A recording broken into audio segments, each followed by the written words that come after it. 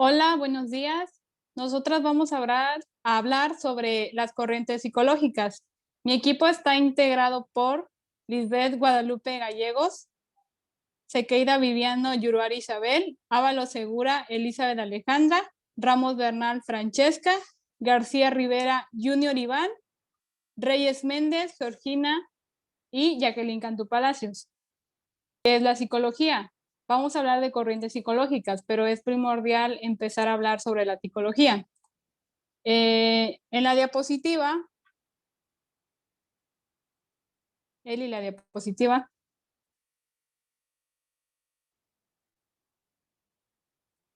La psicología. La rama de la psicología es una ciencia social que nos ayuda a poder evaluar el comportamiento de las personas de una manera más congruente. Esto varía de la situación en la que la persona se encuentre. Quiere decir que podemos evaluar a un grupo de personas o a una persona en específico en base a sus comportamientos. ¿Qué son las corrientes psicológicas? Las corrientes psicológicas no son nada más que una serie de procesos que nos pueden ayudar a evaluar la conducta del sujeto. Puede variar de un caso a otro, es decir, que no todas las personas van a necesitar el mismo método para ser evaluadas. En este caso aquí tenemos las 4 corrientes que son diferentes para poder evaluar a las personas. Mis compañeras van a hablar más a detalle sobre qué significan y cuál es su proceso.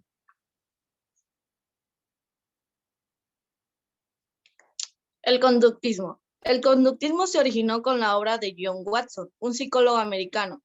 Watson afirmaba que la psicología no estaba interesada con la mente o con la conciencia humana. En lugar de ello, la psicología estaba interesada solamente en nuestra conducta.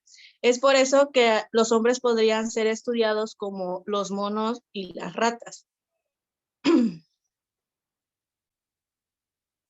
En sí, el conductismo es una corriente psicológica que estudia el comportamiento o la conducta de los seres humanos o de los animales, pero sin embargo, no estudia los estados mentales, porque hay como una confusión que dicen que el conductismo estudia los estados mentales, pero no es así.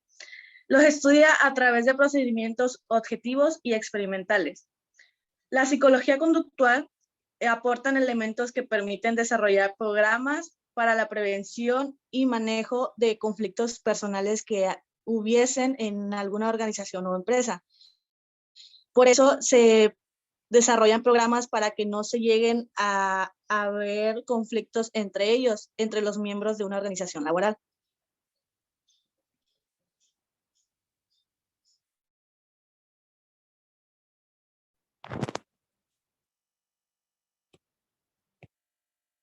El estructuralismo se define como el estudio de los elementos de la conciencia.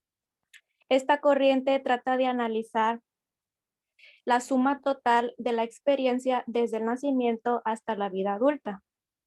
Titchener llegó a la conclusión de que había 3 tipos de elementos mentales que forman la conciencia. Están las sensaciones, que son los elementos de la percepción. Por ejemplo, los olores, lo que tocamos, etcétera.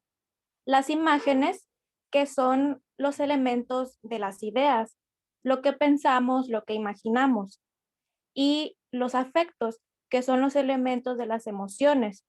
Esto se refiere más que nada a lo que sentimos sentimentalmente. A partir de ello se determinó que para poder conocer más sobre los elementos, solamente era necesario listarlos por sus atributos, los cuales son calidad, intensidad, duración, claridad y extensión, a excepción del elemento de las emociones, que consta nada más de 3 atributos, que son calidad, intensidad y duración. Los autores más relevantes son Wilhelm Wundt, que fue el creador de esta corriente, gracias a su afán de desarrollar la psicología experimental, y Edward Titchener, que fue el fundador de dicha escuela, fue alumno de Wundt y fue miembro de la APA, Asociación Americana de la psicología.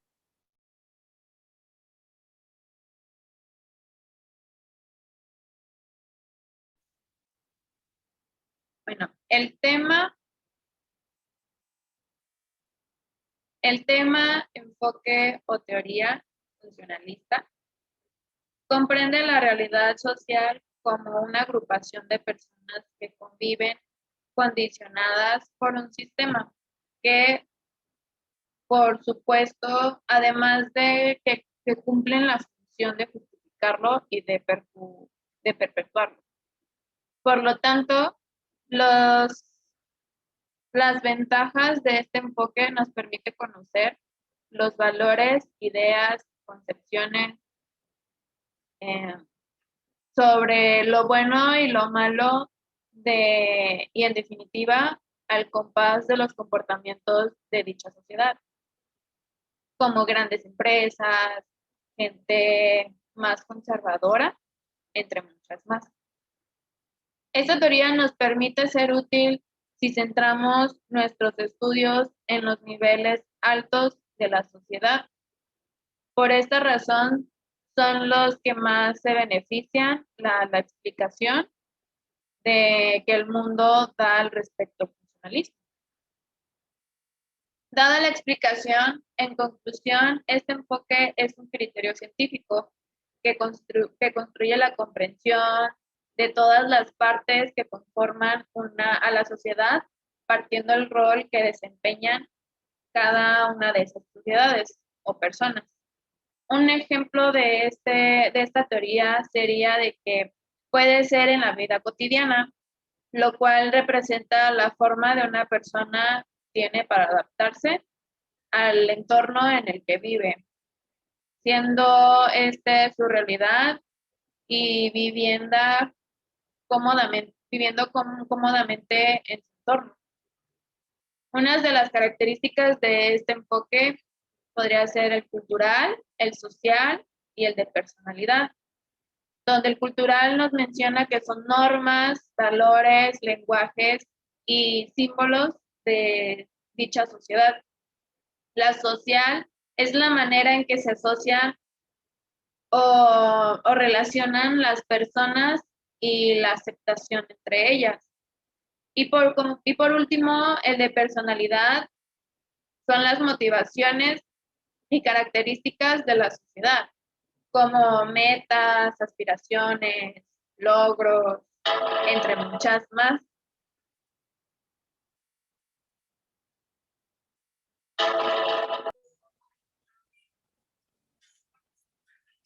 Bueno, a mí me tocó el tema del psicoanálisis. El psicoanálisis es una práctica terapéutica fundada por el neurólogo austriaco Sigmund Freud a finales del siglo XIX, cuando buscaba tratamiento clínico a los pacientes neuróticos histéricos.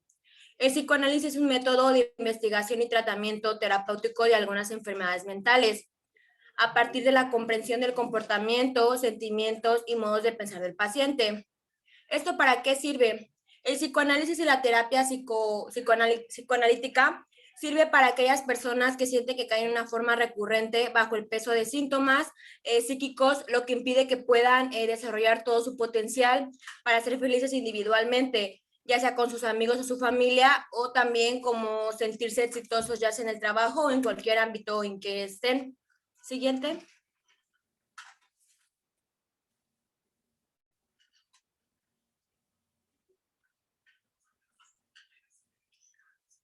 Bueno, el psicoanálisis según Sigmund Freud dice que el neurólogo Sigmund abarca 3 niveles, que es un método de investigación de inconsciente del sujeto por medio de la asociación libre. También interpreta los sueños y los actos fallidos. Por último, es un tratamiento terapéutico y un conjunto de teorías psicológicas y psicopatológicas.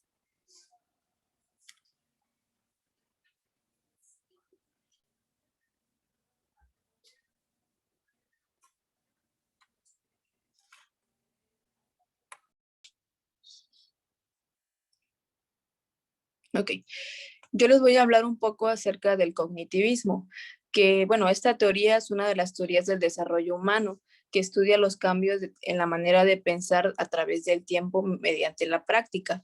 El desarrollo del cognitivismo no solo consiste en cambios cuantitativos, en actitudes o en habilidades, sino en transformaciones de cómo se organiza el conocimiento en la mente. Todos los niños pasan por lo que son 4 etapas, las cuales son sensoria motora, preoperacional, de operaciones concretas y de operaciones formales, según Piaget. La sensación motora, que es de los 0 a los 2 años, donde primero adquieren los conocimientos de reflejo y ya después sigue lo que son las circulares, que empiezan a experimentar con acciones nuevas a través de ciertos patrones. Después sigue la segunda etapa, que es la preoperacional, de 7 a 11 años, donde empiezan a implementar ya las palabras, los números, los gestos, las imágenes. La tercera, que es etapa de operaciones concretas, donde ya empiezan a reflexionar. Y la cuarta, que es la etapa de las operaciones formales, de 11 años en adelante, en donde pueden ya pensar en eventos, en conceptos, utilizan la lógica, la deducción y el razonamiento, y ya pueden reflexionar de sus propios procesos de pensamiento. Siguiente.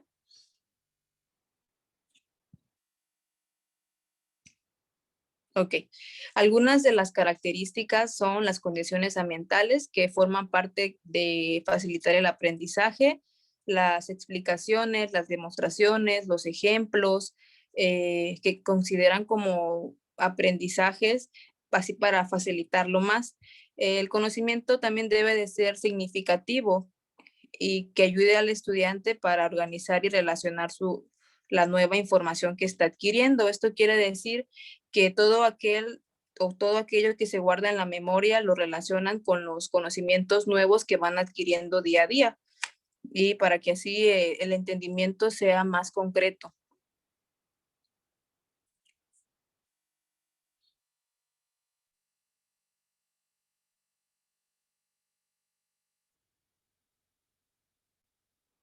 Estos son, ya.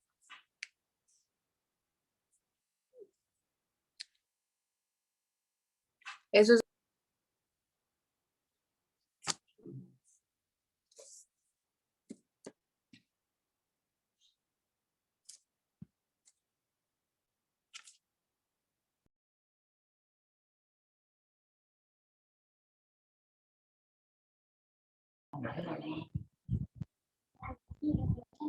Bueno, a mí me tocó lo que es el humanismo. Voy a dar una parte de su definición. Bueno, el humanismo fue un movimiento filosófico, intelectual y cultural que inició en Europa y surgió en el siglo XIV, que se basó en la integración de ciertos valores considerados universales e inalienable del ser humano. Una de sus características del humanismo es que surgió en la sociedad burguesa de las prósperas ciudades italianas.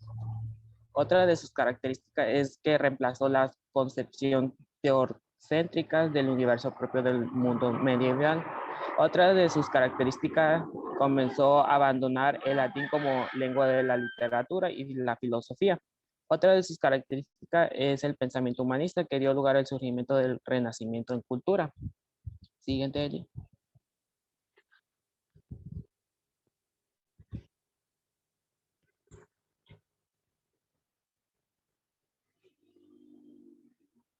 El humanismo y renacimiento.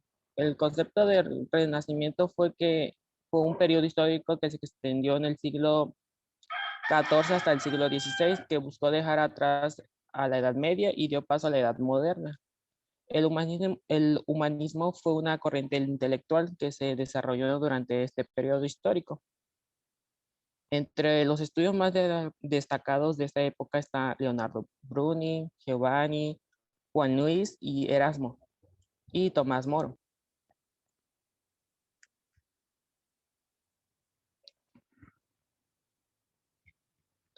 Dentro de esto del humanismo hay tipos de humanismo. Uno de los tipos son el humanismo cristiano, que nos dice que el movimiento religioso que busca que el hombre pueda realizar desde un marco cristiano. También está el humanismo evolutivo, que son las corrientes del pensamiento que oscila entre la filosofía, y está el humanismo secular, que es el movimiento que se basa en determinadas corrientes filosóficas y en el método científico.